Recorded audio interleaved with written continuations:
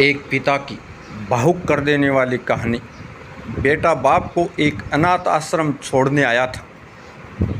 साथ में बाप के सारे कपड़े और कुछ ज़रूरी सामान का बैग भी लाया था। बेटे ने अनाथ आश्रम के मैनेजर से सारी ज़रूरी बातें कर ली और बाप को वहीं पर छोड़कर जाने लगा।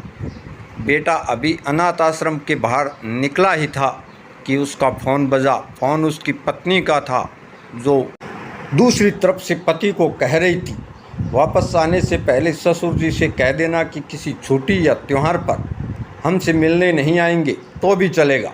आप वहीं पर खुशी से रहिए और हमें भी यहाँ सुख से जीने दीजिए। फ़ोन रखकर बेटा वापस अनाथ आश्रम में जाता है। बेटे की नज़र अपने बूढ़े पिता पर पड़ती है, जो अनाथ आश्रम के मैनेजर से हंस हंस कर बातें कर रहे थे। काफ़ी खुश भी लग रहे थे। बेटा सोच में पड़ जाता है कि उसका पिता अनाथ आश्रम के मैनेजर को कैसे जानता है।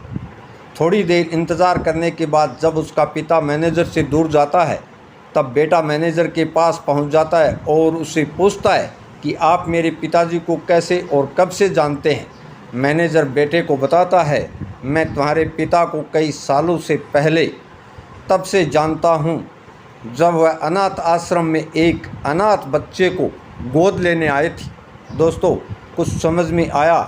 अब आप ही बताएं, सच में अनाथ कौन था? वह बेटा जो अपने बाप द्वारा बिना उसे बताए किए गए इतने बड़े उपकार के बदले उनके आखिरी समय में इस तरह ठोकर मार रहा था, या वह पिता जिसने एक अनाथ बच्चे को निस्वार्थ भाव से इतना प्यार दिया जितना खुद के बच्चे को दिया जाता है।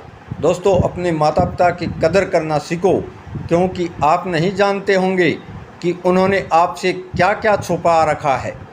कितने बलिदान, कितने त्याग उन्होंने आपके लिए किए हैं, शायद आप जानते भी नहीं होंगे। दोस्तों, कहानी कैसी लगी हो ज़रूर बताना, और चैनल को अभी तक सब्सक्राइब नहीं किया है तो सब्सक्राइब करें, लाइक करें, शेयर करें। सभी बोलो अपने अपने माता पिता की जय हो।